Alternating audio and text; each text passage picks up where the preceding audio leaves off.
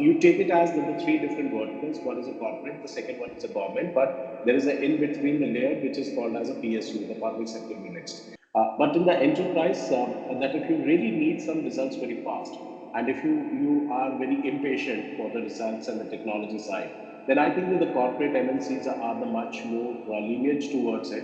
But you must also have to have that the flavor of a government industry, the public sector unit itself. So cybersecurity, when hacking comes in, the hacking comes with the hacking procedures. There are 12 or 13 different mechanisms. Reconnaissance, footprinting, social engineering, SQL injection. These are the different paradigms. How you have to do all these the attacks which need to be done for the cybersecurity. So I guess we can start, sir. So before that, I would like to introduce us. So actually, this is me, Saurodeep, and we have recently started this podcast, 50 Sets of Tech. Okay. And we have done many podcasts before. I mean, with 8 to 9 in the industry folks. Our one objective is to bring industry figures like you so that it can inspire us. I mean, the beginners who are just starting out and exploring things. I mean, so that you can bring the shades of tech in them. Okay, so that you can introduce the shades of tech. So there are different shades, right? Different technologies available right now. I mean, Web3, then there is AI. AI is booming right now. Then there is cybersecurity. All right, and cloud, web development is always there. I mean, so our one objective is to bring you industry figures in our podcast, and so that we can ask about your journey, how I mean you have done. I mean how you are right now. How have you paved your road? All right. So without further ado, let's start. I mean, Gaurav sir, can you give us a brief some brief introduction of yours so that the audience here would be able to know more about you? I mean, you Yeah. are you are a industry figure with 27 years of industry experience, and recently you are doing currently a PhD in cybersecurity, and you have been CTO in Nepoleon India, right? It's CTO. So can you share Yeah. us your journey? I mean, why are you doing your cybersecurity in PhD, and what made you do so, and how are you here? Why are you here? I mean, what was your inspiration to start in tech to begin with, sir? Okay. Thank you, Suradeep. First of all, for inviting me for this podcast, 50 Shades of the Technology.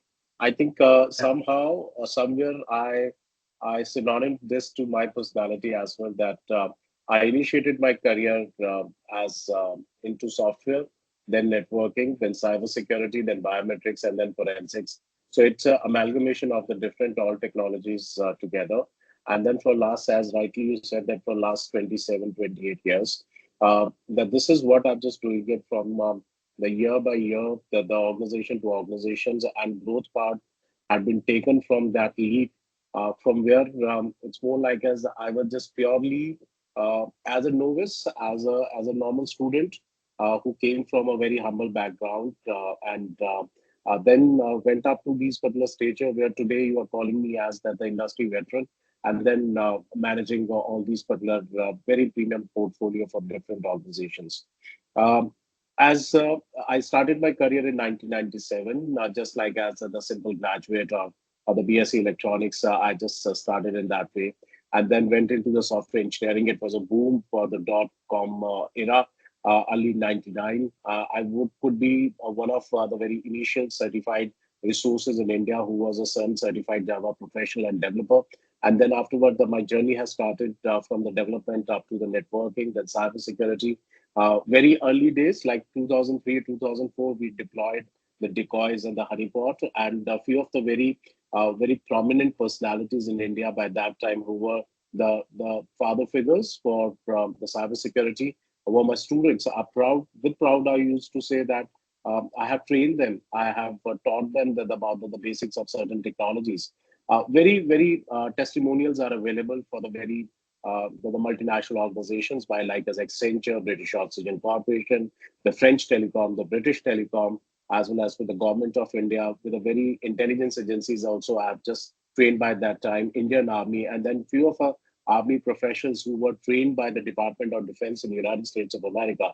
That I have trained them. Those were my students. I have also trained few of the resources back in Pune Military Engineering College. So it's a very humble. The background started from a very small a place known as a Pathankot in Punjab, and then I started my career from that particular place. And then I had that particular zeal that to do something in my life, and that as rightly you pointed out of one question that while I'm just doing my PhD in cybersecurity, what is the reason and the motivation for that? Um, the people who knew me since that I started my struggle, and then in this IT field perspective, that I always have an ambition that to do something innovative, and specifically in the place of a protocols or certain technologies which has to be initiated by myself. So this research, because at this particular juncture, the last almost couple of decades, that whatsoever the growth you have taken for yourself, it's enough for me as of now. And then now that the research, the time is for the research where I have to achieve my dream, and then this is a path which I have to take it forward.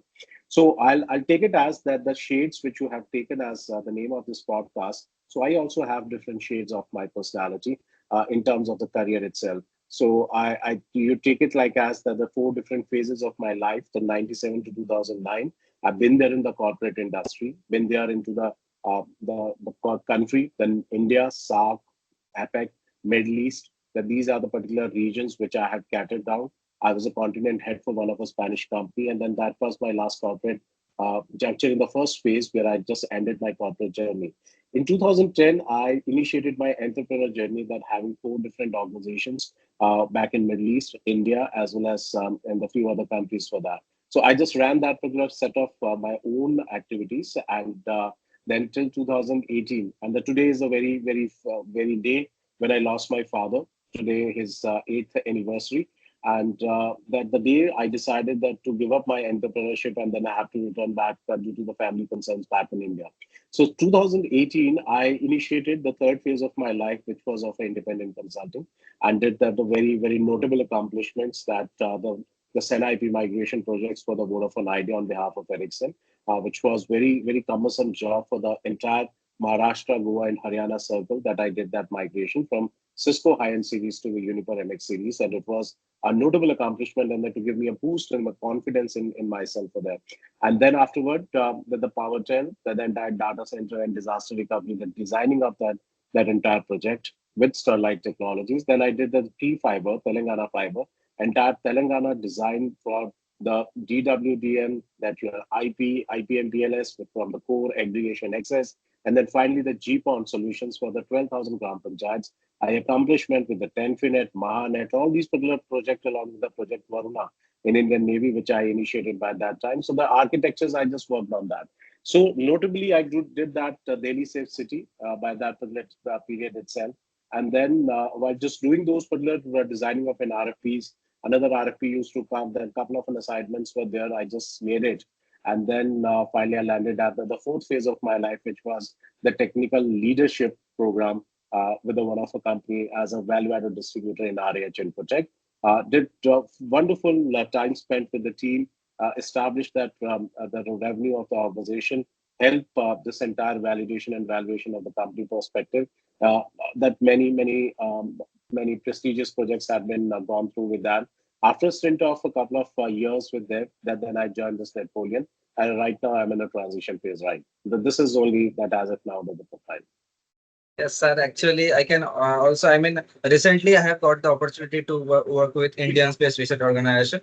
So I have been an intern there, and I have worked with a project based on their satellite data. So went there and had a 2 month of internships there, and we have worked with them. So I mean, the government working with government projects is a totally different experience, according to Yeah, me. Yeah. yeah. So can you highlight upon that? I mean, what is the difference? I mean, you have been so into so many fields, into so many shades. Okay. So you have must seen the corporate life also, right? So yeah. So can you highlight the difference between the corporate? I mean, if someone is watching and he or she is wants to choose which sector he wants to go, he or she wants to go in public sector or private sector. So can you Okay. elaborate on that? See, rightly you said that the enterprise and the government are two different verticals altogether. It's a two different poles Yeah. apart. So the one is a north and the other one is a south pole. The enterprise, when you look at any of an opportunity in enterprise, and you have to work with the corporate culture, it's more like as the decision making is quite fast. They would like to evaluate different technologies very fastly. They go deep dive into every single information, and then whatever the suits as per their requirement, they have to take it appropriately. The corporate industry is more towards the compliance side as well, because they do also have to be responsive. I'm not saying that denying that particular fact for the government sector as well, but in the enterprise, that if you really need some results very fast, and if you are very impatient for the results and the technology side, then I think that the corporate MNCs are the much more lineage towards it. But you must also have to have that the flavor of a government industry, the public sector unit itself. So you take it as the three different verticals. One is a corporate, the second one is a government, but there is a in between the layer which is called as a PSU, the public sector units. Now, like as a ISRO, the DRDOs, the NHPCs, the PowerTel, the RailTel, and these are the organizations which has the quite good fund have been allocated by the government of India, and they are creating the much more value towards a government ecosystem. Government also realized that, and normally when in the tendency is that the government works always takes some time. Yes, there is a due process. There is always a proper process that you have to firstly evaluate that particular project.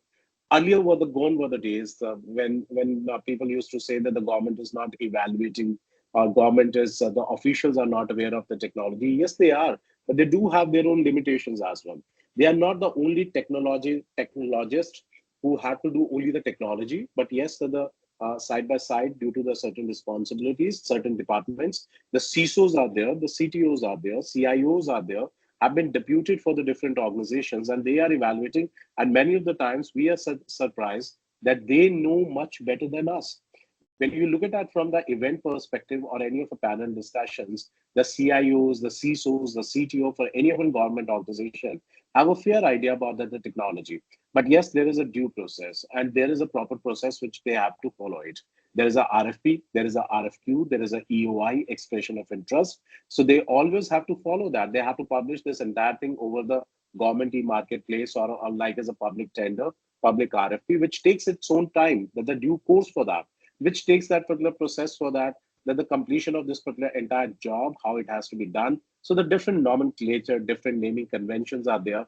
But if you have some patience, you have perseverance, that to do something big in your life, and then the notable accomplishment, you want to do something for your country, that courage you have it. I think that the majority of the satisfaction comes with the government projects itself. Being very honest to you, that the kind of an enterprise architectures I have seen, that it's like as a many of the times is the amalgamation of the different technologies, which many of the times the APIs are not interconnected with each other. But when it comes onto the government side, it gives a sense of a satisfaction. 700 crores, 1,300 crores, so the big amount of a projects, and then it gives a sense of proud as well. You did some contribution to the society, back to the country, and then you do your job. I think that the rest of the things have to become in your own way. So I believe that any of an opportunity, either you're getting into the corporate or as well as into the your government sector, it's you have to grab it and then give your 100% shot for that. Yes, sir. I mean, I can totally relate to that. The 2 months I have worked there at ISRO, so we felt a pride. I mean, for our countries that we are doing something for Yeah. ISRO. We felt yeah, I felt a pride there. So my next question would be, I mean, you have seen, you have been to, telling us about your different phases of your life, right? So you Yeah. graduated in 2000, I guess 4 or 5. Right. So if you look at that, I have a two bachelors. One is into a bachelor of electronics in Pathankot, and the other one as a BSc IT. That's in Manipal Academy of Higher Education. So for the IT perspective, I always say that in 2003 and 4 that I have completed my Manipal Academy of Higher Education BHC IT. Okay, so what made you to shift from electronics to IT totally? It's a funny story, but I will say that one thing which I would like to share, that I used to serve, be there in Pathankot. There's a one college, SMDRST college. I'll not take the name of the professor by that time. Okay, okay. I was No into issues. electronics, right? So at that point in time, way back in 97, 98, 99, early days of the computers, um, so we were there, the electronic students, and there was another section which was for the computer science. And that point in time, that the computers were like the Windows 95 systems was so qualified or so costly for that sense that you were not allowed to get inside that room with shoes. You have to remove your shoes outside the door, and then you have to go there. And then it was more like as any of a myth which used to say that any dust will not be allowed within that computer room, right? Air conditioned room with the big facilities. So my one of my friend, we used to stay very near to each other's place, and then I completed my classes and went up to his computer classes session, and then I just opened the door. I just put my foot inside, and the professor said, if you have so much of an interest to come to computer sessions, so you should learn about the computers. I think that that's only the trigger point in my career. From electronics, I switched towards computers. But fortunately, I was very fortunate that on behalf of my academy, that at that point in time, it was Aptech Computer Center in Pathankot. I gave a lecture in the same, my own college, with the same computer sessions, and including my lecture was there. So that's only the trigger point where which I just moved from electronics to computers way back in late 90s. Yeah. So you shifted because of your because you got inspiration from your sir, right? So sir, I would like to ask, yeah. So if someone is watching right now, okay, the video will be uploaded over at YouTube. So if someone is watching and he is currently in the core branch, okay, and he or she also gets the inspiration that computer is booming right now. So what if I start learning about computers and stuff? So what things you would like to say? I mean, what tips you would like to give to him or to face the struggle. I mean, to face up the struggle to from shifting to a another branch to computer science branch. No, I think firstly you should see our days were totally different. Yeah. Today you have that entire social media. The boom is there. The knowledge groups are quite a lot. You have so much of information which is available on your hand tips, fingertips itself. That you know that what is the best and the worst for you in your career. You know what is your heart wants to get in that. If you really like to get into the computers, without a doubt, you should get into it. You know that everyone whosoever doesn't want to be there in this particular field, they also know that how to run that any of an iPhone, laptop, iPad, or as well as any machine. So I don't think that computer learning is a challenge for anyone. I think that the deep dive that to make a career into computers, that it totally depends on to that which fields you would like to go. It's into development, it's into networking, it's into cybersecurity, or way beyond that any of an opportunity to scale it up.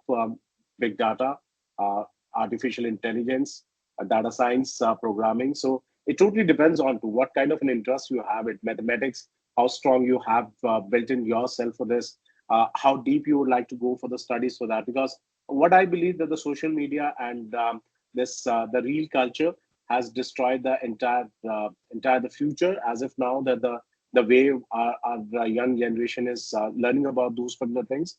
Because in our time slot, time period, that when we used to learn, we had a very limited resources, but we had that particular zeal to learn that. Right now, also, I'm not denying it that the Gen Z, you guys, have the sharpened mind, the brightest mind as well. But I think that the channelizing the energy of your brain towards the right approach with the right methodology, definitely you'll reach to your destination wherever you are destined. But it always looks not here it there. Who what's my friend, my uncle, my parents are saying it.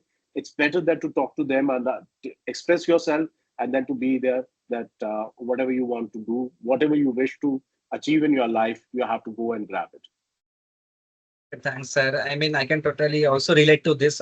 The distractions are everywhere currently, Yeah, and the social media is actually damaging our brain.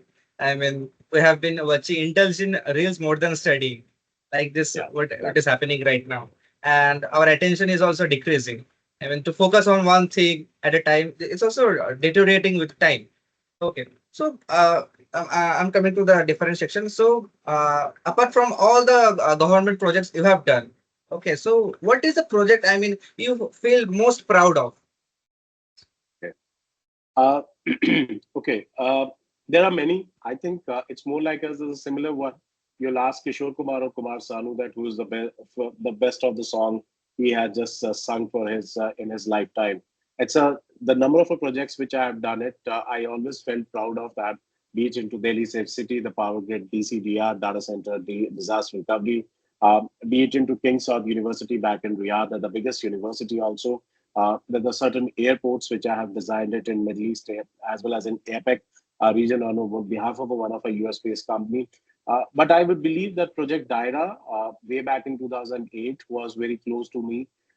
With all the adversaries that surrounded me, it's a one of a very, very prominent project way back in 2008 by the Indian Armed Forces, where all the Indian Army, Indian Navy, Indian Air Force has set up a cybersecurity, very early days of the cybersecurity and forensic workstations.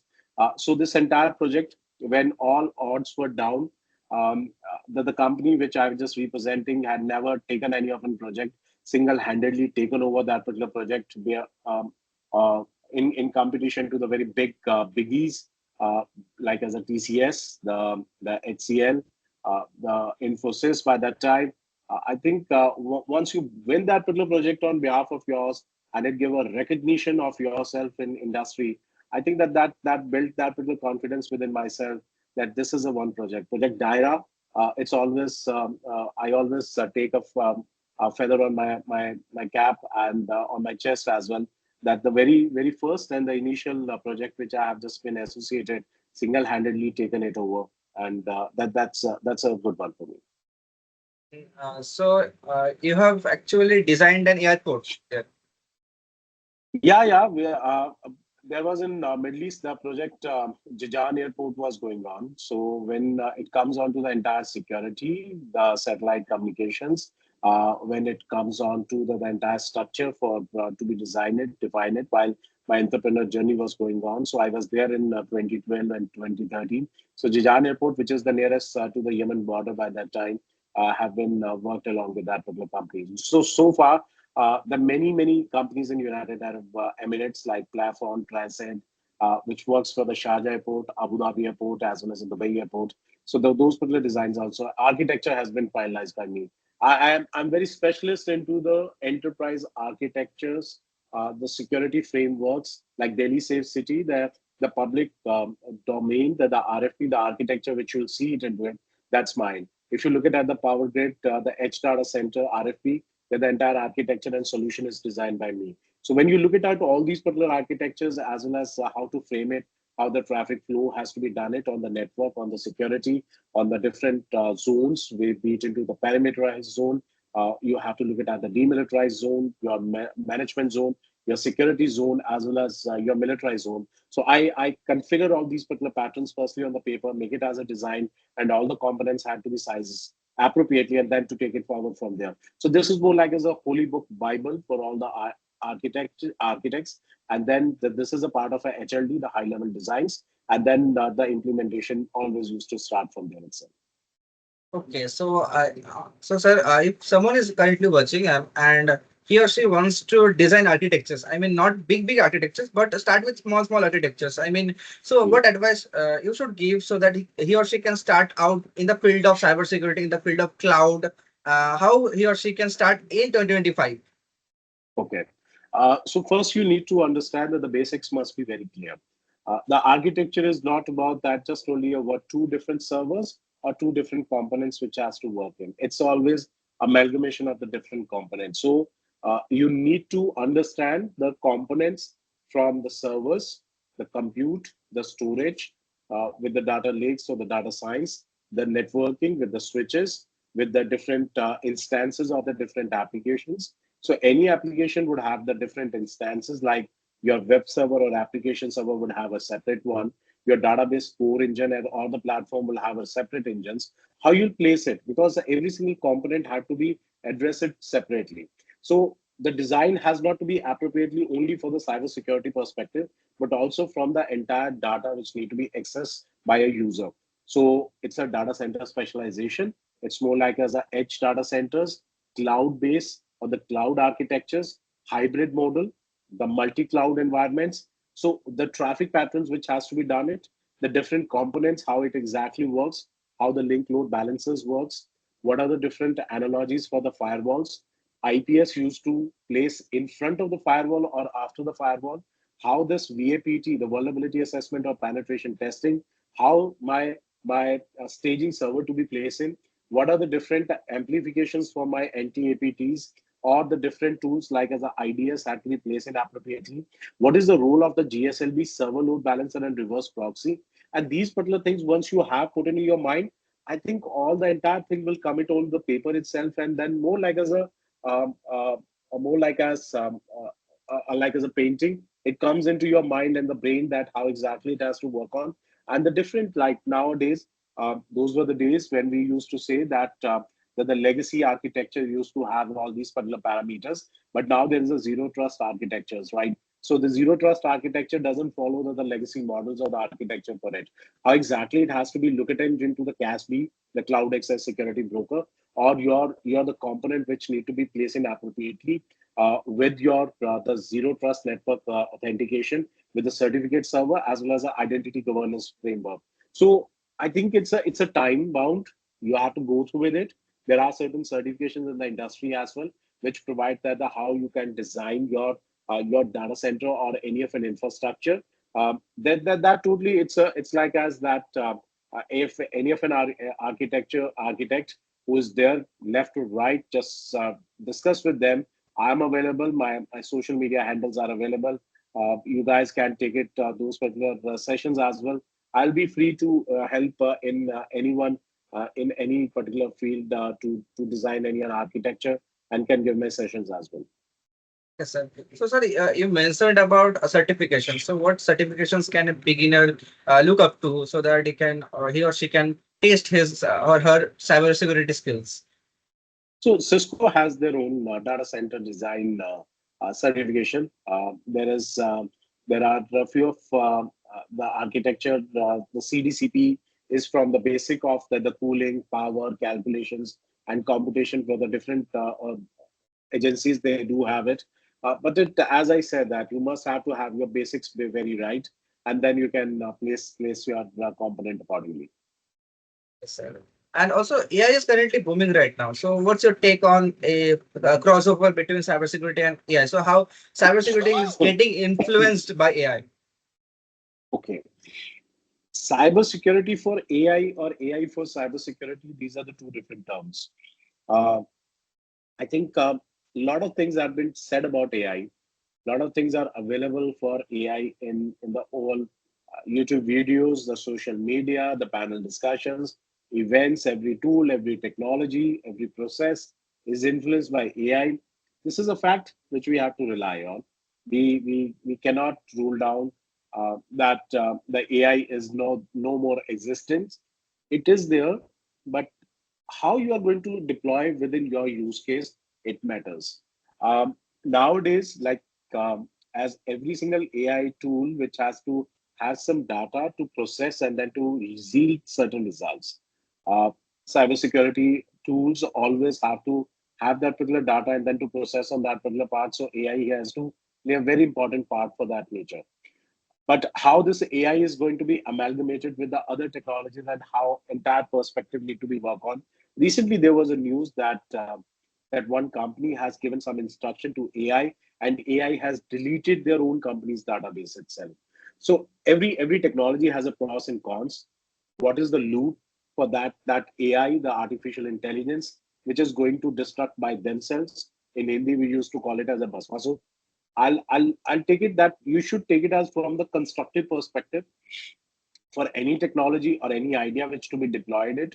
In cybersecurity, we know that day in and out, every technology provider used to say that we have an agentic AI, we have a generative AI, we have deployed all these particular tools within my technology, but it's a simple traffic pattern which has to come out, and then everybody has to process that particular part itself.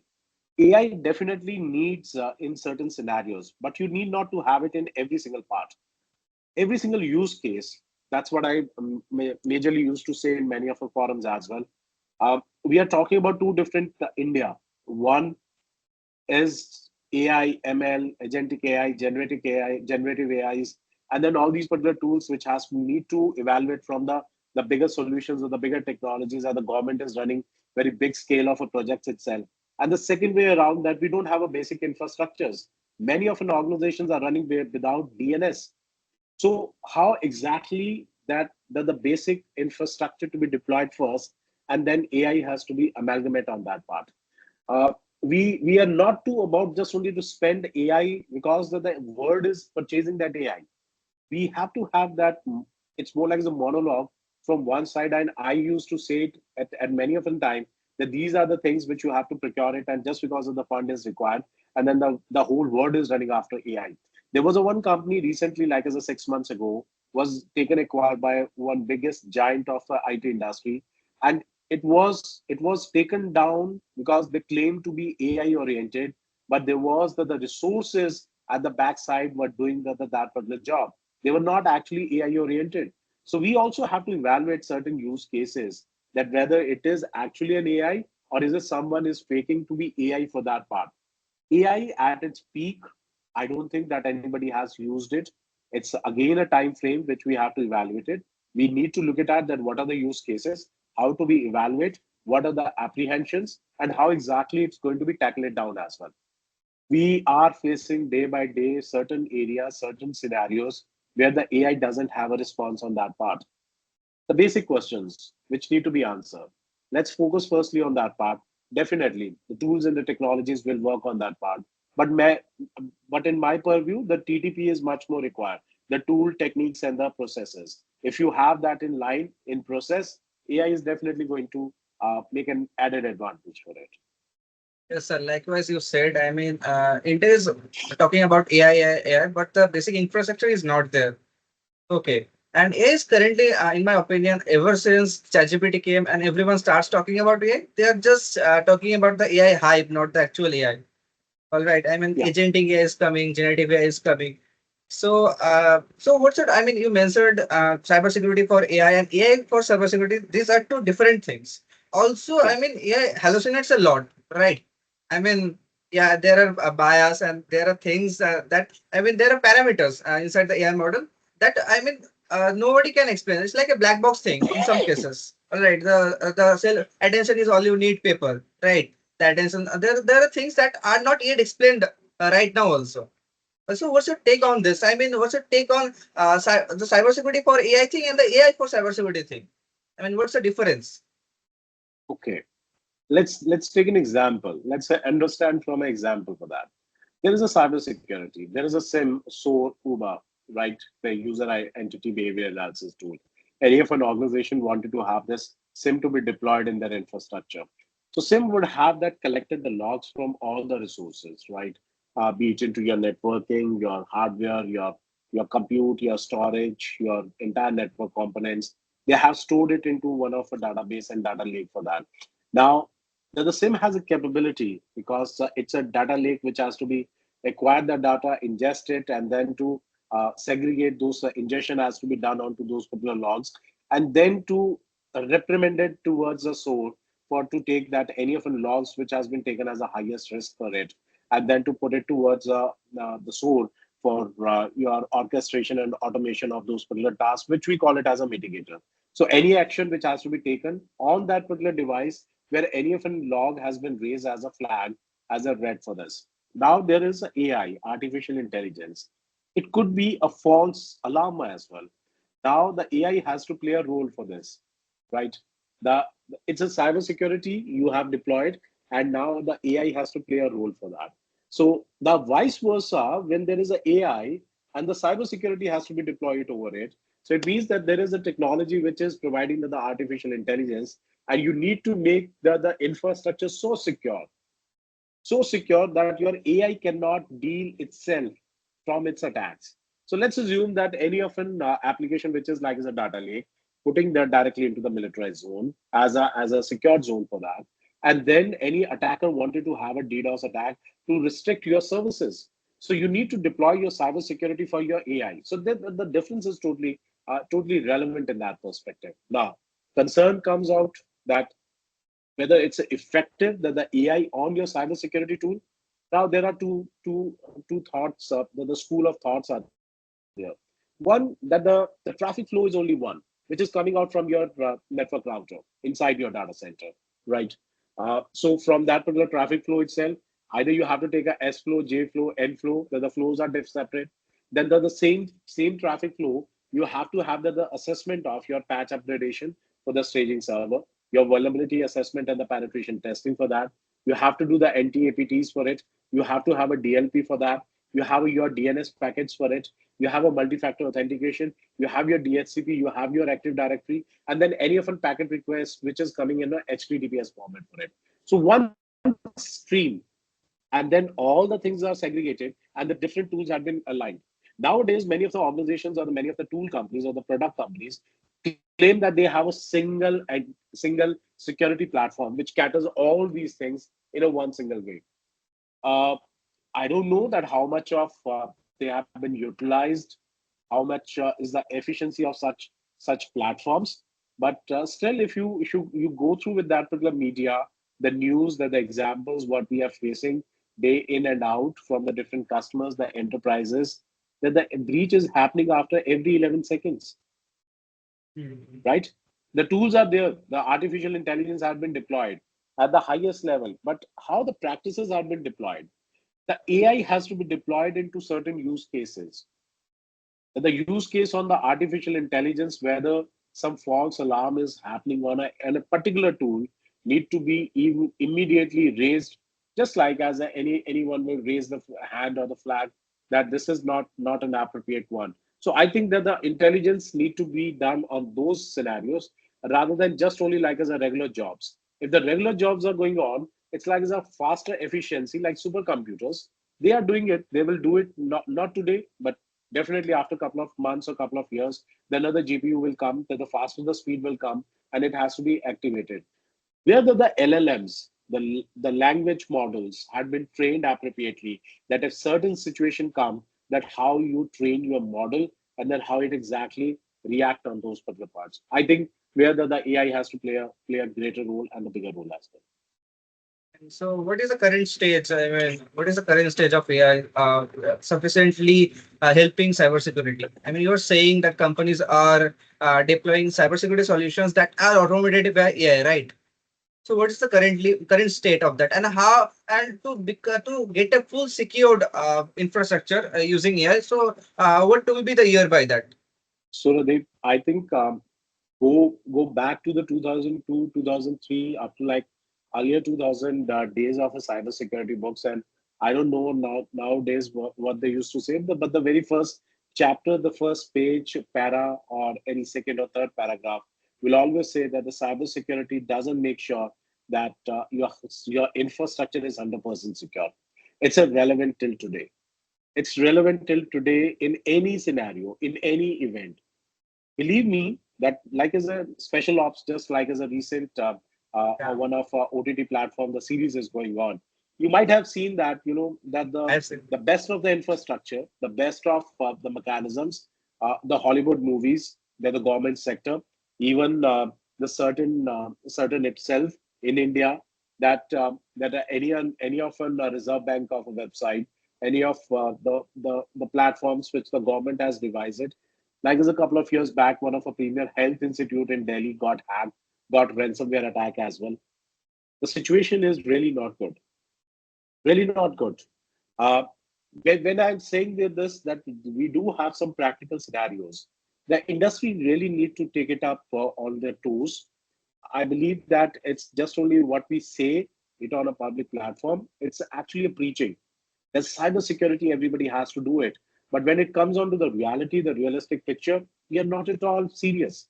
We are just only evaluating whether due to, yeah, with all due respect to all the stakeholders, be it into the product owners, the OEMs, the system integrators, with the partners, with the consultants, with the vendors, every single one is just only looking at the money. Once that the money is making, it's a L1 scenario.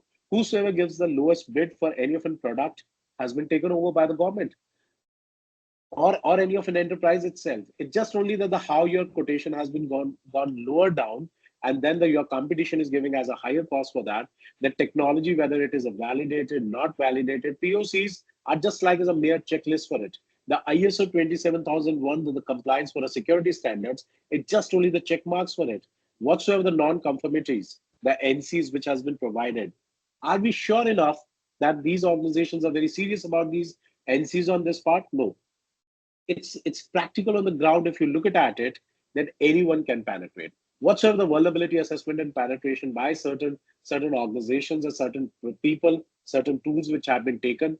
I know that like as a 1 or 2 years of a younger experienced guys are doing the vulnerability assessment and penetration testing. And then many of the tools which they have given just only an Excel report, the tool has given, any of a tool has given a report that this is my secured one. You have to fix it up, your infrastructure will be secure. This is not the way you have to do it. You have to do the entire gap assessments. What are the tools are required? What exactly the technology you need it? If you have to have a use case of a DLP, then procure it. If you need not to have it, don't buy it. But the problem is because somebody else is using it, somebody else is recommending it, and we want to use it. That's it. Yeah, sir. And sir, likewise you mentioned, I mean, in special ops, there were shown scenes like every country, like China was specifically attacking India. So, I mean, is India capable enough to defend all the attacks? I mean, most of the attacks is India. What is the Uh, cybersecurity state you of our country? now there are the answers will be two. One, Yeah. two of this question. The one answer you yourself has given, and even the series also had given one of in its dialogue itself, that many of the times they attacked us and we got breach, and in counter attack we have breached them as well, right? So Yeah, yeah. right, so it's like as that if you remember that one of a scene, he always say that the hero used to say that, say till 2021 we were quite superior, but post Yeah. 21 they have taken a one step next, right? I think it's a one of a promo as well. Now the concern here is not that who is having an upper edge. What we are doing it, I'll not take the name of any of a country because it's not my jurisdiction that to speak about any country, what they are doing or what they are not doing. It's my only responsibility to say that what we as an Indian doing. India need to deploy all their best of the mechanism, the best practices. Government is doing their part without a doubt. Government cannot be everywhere. The government, it's more like as a we, as a stakeholder itself. Me myself, either as a consultant or as a partner, as a OEM product owner, or as a system integrator, that my responsibility, whatever the job I have given in my hands, I have to give my 100% out of it, right? If I have a very little knowledge in certain concepts, it's very dangerous for me, and it's happening in cybersecurity industry, right? And normally, it's a very, very laughable stock, but we used to say in our community that everyone is a Chaudhary of technology. My technology is much better than yours. If Suradeep will suggest me something, I'll without taking any further deep dive, I'll take it on my ego and will say that, I have a 27 years of an experience in industry and my design is much better. It's not that evolving that discussion, it's not coming up from that you might be right because you have some idea which I'm not looking at it.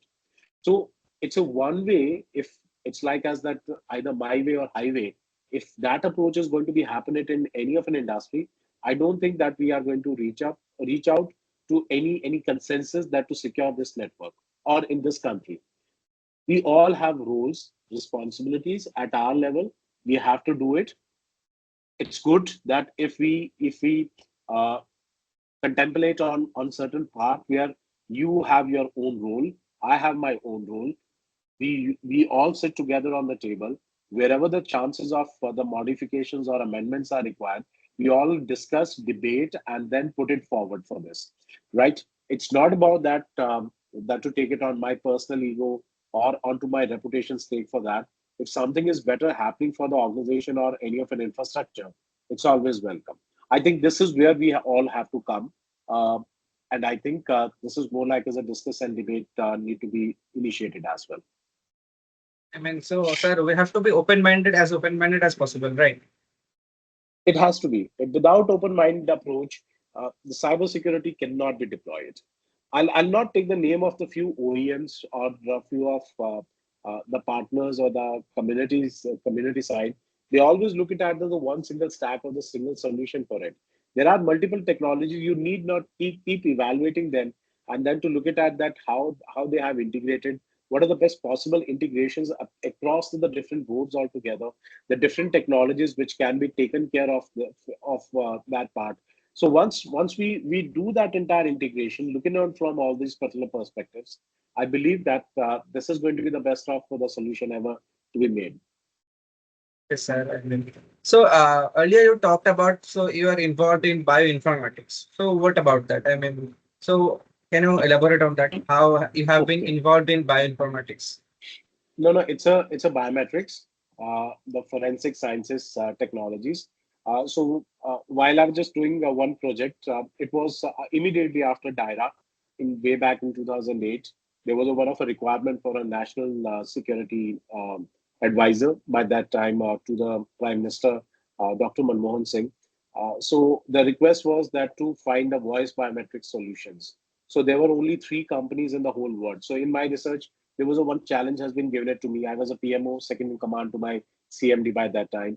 So there was a one only Israeli company which was known to be providing the voice biometric solution in that era. So the challenge was given to me within 24 hours. I did that particular research, and that internet at that time the speed was not so big, but still we did that. So there were three companies. One was a Russian, the second one was an Italian, and the third one was a Spanish. So the Spanish company, which was Ignitio, which later taken over by Nuance, and now it's a taken acquisition has been taken by Microsoft, which is a voice biometrics as a speaker recognition. So this technology has been taken back to India in 2008, and then they appointed me as a continent head for the entire Australia, New Zealand, Asia, Eastern Asian countries, as well as the Middle East. So 72 countries I was just reporting. They were reporting back to me, and I was just managing all the forensic laboratories back in India, with the help of a directorate of forensic science. Along with that, the different intelligence agencies we work on that particular part. So it's a speaker recognition. So the use case was very interesting. In Spain, if you remember that way back, there was a train bomb attack. So there was a bomb which was attacked in Spain, the capital city of Madrid in Spain. So the technology was initiated by the police academy, the police headquarters of Madrid, along with our CEO by that time, Emilio Martinez. So what they did that they always used to take a voice sample of every prisoner of a 7 seconds. So if I say so, it's more like as a voice samples, right? So as a more like as a voice footprints. So it's like as that my name is Gaurav. I just taking care of all these that my credentials, my father's name, my residence address, and all these particular aspects which need to be addressed appropriately, right? So then there is a entire the telecommunication between uh, a person from London or from XYZ, that to that the voice database which need to be matched with this particular voice sample, and then identified that particular voice match that that drug peddler who was there in a Madrid jail almost 6 months ago was actually the key conspirator, and they pick it out from this particular voice biometrics technology. So we brought back in India that particular technology, and then that my journey starts in voice biometrics from there. So earlier, I just tried my PhD in voice biometrics from University of Marburg under Dr. Herman Kunjal, but that did well, and then I had to return back to India. Okay, sir. So I mean, if you change your voice, will the voice biometrics still work? So the technology was so good enough that if you are a female and changing your voice in a male, if you are speaking, let's say that you have done a voice sample in Punjabi or Kannada or Telugu, it's a language irrespective to any of a language which has been said. And tomorrow, once the police have taken you, you speak in the Hindi or in Urdu or in any other language, Chinese, Mandarin, Spanish, or any other language, Arabic itself. with the different dialects you have spoken about. So it will even match it. It's a physics, entirely physics. So voice glands are there in your throat. That how you have to taken care of it. And if you have a very bad throat or a very nasal issues are there, it's like as a one of rarest information. But that those cases which they taken care of. But it was listed in NIST framework and way back in 2008, and the efficiency was near about to 97%, and it was highest after DNA. It was highest after DNA at that point in time. So today it's like it's almost like 16 years with the majority of the technology which has been taken care of. It's nowadays there are many Indian companies which are built up in that voice biometrics technology, and I think that the Tata also had built it up that particular and given it to the government of India. Yes, sir. So at that time, it didn't even use, I mean, AI. I mean, recently, everyone is trying to implement AI solutions, but back at that time, it was not even possible. So it was, I mean, entirely a new domain for you, right? Yeah, I always looked into the different domains, the different challenges. I never stick myself to one single domain or a vertical or a technology. I think that's only my plus point. I'll not call myself as a jack of all trades because um, I've worked on all these particular technology by my own hands. I have deployed it, I implemented it, and then I know that at least not up 100%, but at least 70 to 80, 85% of the technology I've worked from my own hands, certified into different technologies like CCIE, CISA, CISM, CISSP, and then many other platforms which have been taken, almost like as a 28 programming languages, different 8 to 9 set of an operating systems, and then multiple platforms, multiple technologies. Like as a recently, I was a part of a value and distributors. We are almost like a 72 to 73 different OEMs. I was representing, I was just looking at that technologies, evaluating firstly that particular product, the technology, the streams, and then only to resell into the market for that. Because being as a chief technical officer, that's your responsibility, not only to sit onto a chair and then to give an order or just instructions. It's just your responsibility, your ownership. That technology actually has to work in the appropriate solution and different ecosystems as well. Sir, thanks. I mean, so you have been talking about entrepreneurship. So, so what's your take on that, on Uh, entrepreneurship? See, I think the time when we started, it was quite tough job. It wasn't an easy. It's uh, we come from a very background where no one was from the business industry.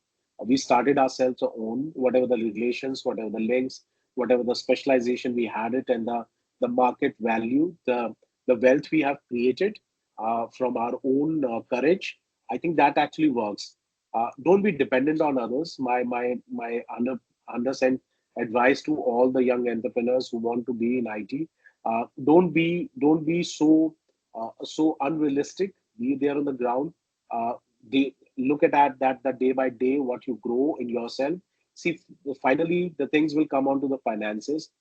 Don't give up very soon. It's a game of a patience and perseverance. If you know that you can survive yourself onto certain part and your ambition is there, you want to achieve it with your passion, go get and grab. I think my always key mantra is that if you really want to do something at your own, you have to always give a try for that rather than just keep yourself thinking on that if I would have done something that I would have made another Bill Gates or another Steve Jobs. But you have to give your shot at the very early age. I think this is where you have to look at yourself that you can do wonders in your life. You have to just keep going on. Yes, sir. It's already 1 hour, almost 1 hour. So you have been involved in various shades of technology. I mean, cybersecurity, bioinformatics, cloud computing. So what other shades of technology you have worked with? Right. So I think life is ever evolving process. You never know that which every technology has its own path for 3 to 5 years of a lifespan, and there is another technology or the trend used to come in. So when I started, it was a software, then moved into networking, then cybersecurity, the biometrics and forensics. Then parallelly, I just moved into the certain technologies which comes into that, like as a Python, then hardware programming, and then certain other aspects now, AI, ML, LLMs are there, agentic, your generative AI. Doing my PhD in cybersecurity to look at the framework or the models which need to be developed. I think it just I'm just flowing with the water, flowing with the time flow.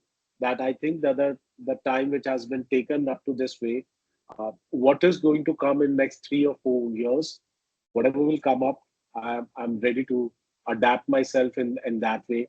And looking forward, the Almighty will give me that sense of the ownership at that point in time, which I'll be taking over on these concepts as So, sir, thanks for your time. So, I would like to ask from the audience, if from the participants, if they have any questions, you can definitely ask, sir.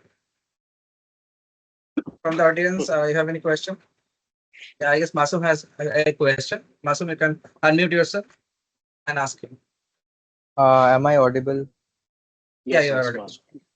So, hello, sir. I am Masum, and I have just completed the first year. And my question might sound little dumb. Okay.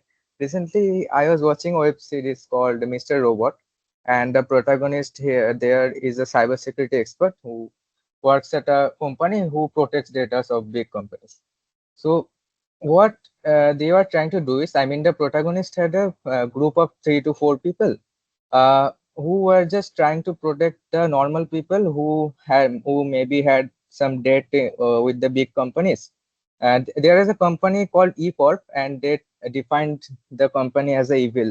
They called that company Evil Corp, and they what they wanted is they wanted to hack the company and wanted to erase all the debt records that they had from the poor people. Okay, so what they were doing is they just planned the whole process how they will hack the company. So they at the end they what they did is they coded a rootkit and they planted that rootkit in a web server of that company and just erased all the data. I mean encrypted all the data. So is it possible in real life? I mean, is it normally filmy or possible? I mean, I See, might sound dumb. no, no, it's okay, Masum. I think it's a very valid. I think curiosity is always the key for innovation. I always look after that. Any question which has been asked, it's a not mere curiosity. It just could be the one of a reason where you can also apply and then can find the answers for that. See, anything is possible nowadays. Anything is possible. Any network, any mobile which is there in your hands, which is on the network, everything is possible. Which way, what methodology, what mechanism had been deployed, it could be a different, but yes, that's possible. Anything is possible. Now, you might have heard of that if your mobile is in your hand, anyone can put any spyware or any malware in your mobile phone, which can see your camera remotely. And then whatsoever your movements are there, whether it is on or not, still you can access that. So irrespective to the nature, if that is an electronic gadget which can be controlled. And recently, you might have heard of that Israel, that the spy agency Mossad had blasted few Hamas terrorists in Lebanon by the pager. The pager, it's almost like as a the decade-old technology which is there on their waist. They have taken that the range which has been taken as a shortwave range, which to blast that those particular bodies itself. So anything is possible. I don't know that which way it'll come up in next way, the cyber warfare. Now, last day itself, yesterday, I just posted over my WhatsApp status as well that the German technologists have developed a technique, the cockroaches, the backpack for the cockroaches, to spy that anywhere. Can you believe it? The cockroaches. So if you ask for any of in technology, whether it can exist or is it just only a filming, forget it. Anything can happen. Uri movie by Vicky Kaushal. If you might have seen that the one of a drone, which is into a shape of an eagle, it's just going into the terrorists' homes and then to look out all these particular things and then walk away. And then it is giving you all the information. It's just only a picture depiction only. But if you look at that, the drones are actually, it could not be, it could be a dramatic version they have given as an eagle, as a shape, as a robot for that. But the UAV drones are there already on the Pakistani skies. It is already there. So everything is possible without a doubt in nowadays era. Okay, thank you. I also want to ask one thing as well. Whenever I say someone that I am starting to learn cybersecurity, they often associate that with only hacking. Bro, can you hack my girlfriend's Facebook or Instagram? I mean, you know, also how cybersecurity is different is suppose you are doing web or app development and you have to just learn the front end tech or back end, whatever it is, maybe database. But in cybersecurity, there are so many terms like backdoor, phishing, networking, and there is so much more. How can you cope up with all that? I mean, yeah. The first thing is cybersecurity is an amalgamation of software programming, the networking, which is a connectivity, physical connectivity, and then when you combine both the things, software plus networking, then on top of that, then the layer is called as a cybersecurity. Now, the first answer to your question, the first question, that if you are learning cybersecurity, somebody asks you to breach or take the password of the girlfriends. The first thing is the Facebook, the Gmail, their servers are in United States of America, and they are with the compliance of their own countries. Though they have a backup servers in Singapore, Dubai, and Australia, but they will not share any information of those servers. So if somebody claims that they can take a password of a Facebook or a Gmail, forget it. Their passwords would be available on dark web. Once you have that password, then you can access it. But you cannot hack their passwords on Facebook or Gmail.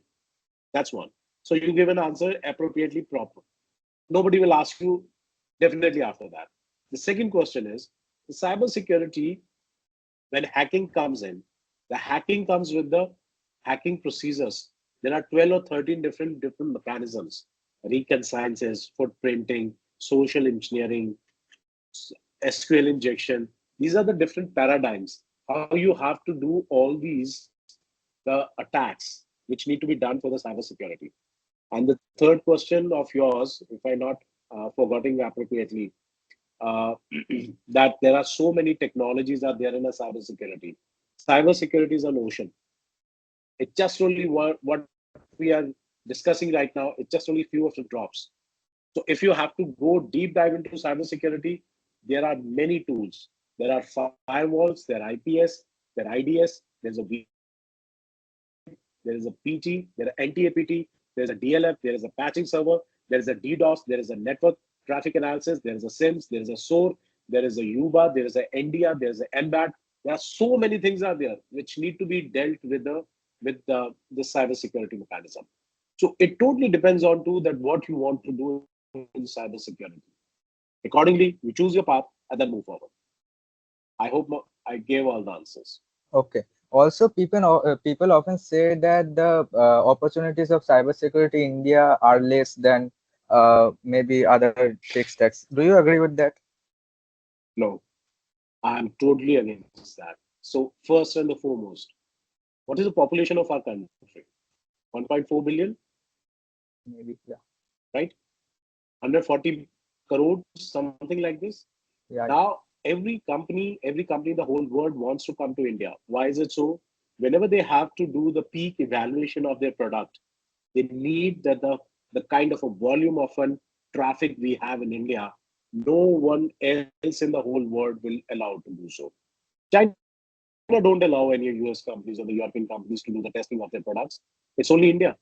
So when something is going to be happen in India, so the cybersecurity, the more proactive approach is required, or the more opportunities are there in India, not in US.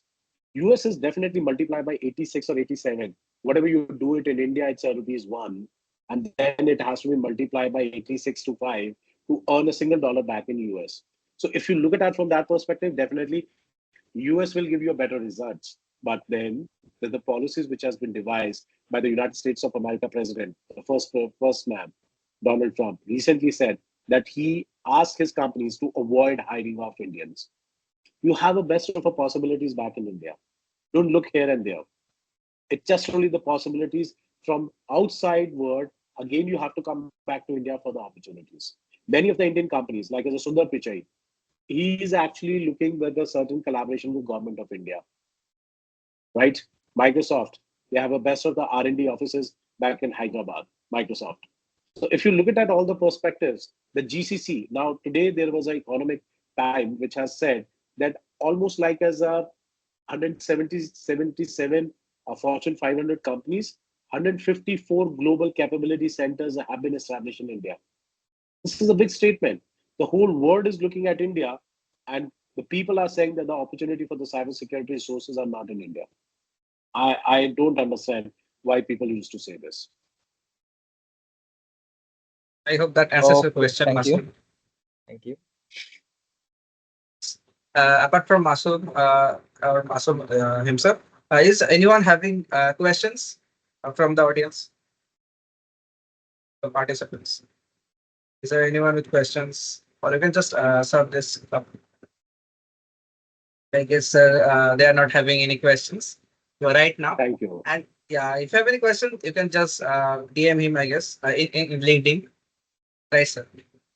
Yeah. So I guess let's come to the conclusion of this podcast. And sir, I would like to thank you. Okay, Nitish is asking another question. So Nitish, can you unmute yourself? Yeah. Hello, sir. Am I audible? Yeah, yeah, Am I Nitesh, go ahead. audible? Yeah, you're Yeah, go audible. ahead. So my question is that what you would do if you were in my place and you wanted to opt in career in cybersecurity? I am currently in DYDSCIT. Sorry, I didn't get the last line of your question. Can you repeat that? Sir, what would you do if you were in my place and you wanted to opt a career in a cybersecurity? And I am currently in a third year BSCIT according to this I, era. Perfect. So the first thing that I also did BSc IT. I also completed the third year as well. So at that point in time, I entered into software engineering, and you have a great path. After 25 years, you can also be the CTO for any company. Yes, that answers your question. Yeah. Is there anyone having questions, or we can just conclude this podcast? Some questions. So, sir, I would like to thank you for spending 1 hour with us and spending time. And you have truly inspired us. I mean, exploring different sets of technology from bioinformatics to cloud computing to networking. I mean, to cybersecurity. It had been quite a great journey. I mean, we are truly inspired from you. And I guess after watching this podcast, people will take action, and if they are interested, and they will become interested in cybersecurity. I'm quite sure because of the projects that you have talked about, of the great projects. I mean, of you working, designing the architecture of a airport. Cybersecurity architecture of an airport to creating the bioinformatics system of voice recognition. I mean, with high success rate.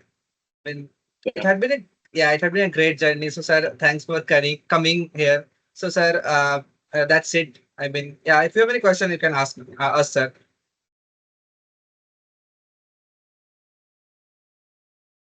No, I don't think so. Anybody would have. Thanks, Suradip. It was a really pleasure Sir. to interact with all of you, and thanks for letting me explain about my side. And thanks once again. Thank you. Yes, sir. Yes, sir. And sir, can I ask you one thing, sir? For the feedback, I mean, were the questions interesting? I mean, asked by Masud and me. Yeah, yeah, surely. Yeah, it was quite interesting one and quite different from the regular podcast. Yeah, yeah. Thanks, sir. Thanks again for coming and spending time with us out of your busy schedule. So, good night, sir, and bye, bye, everyone. Good night, Thank you. everyone. Bye, bye, sir. Bye. Bye.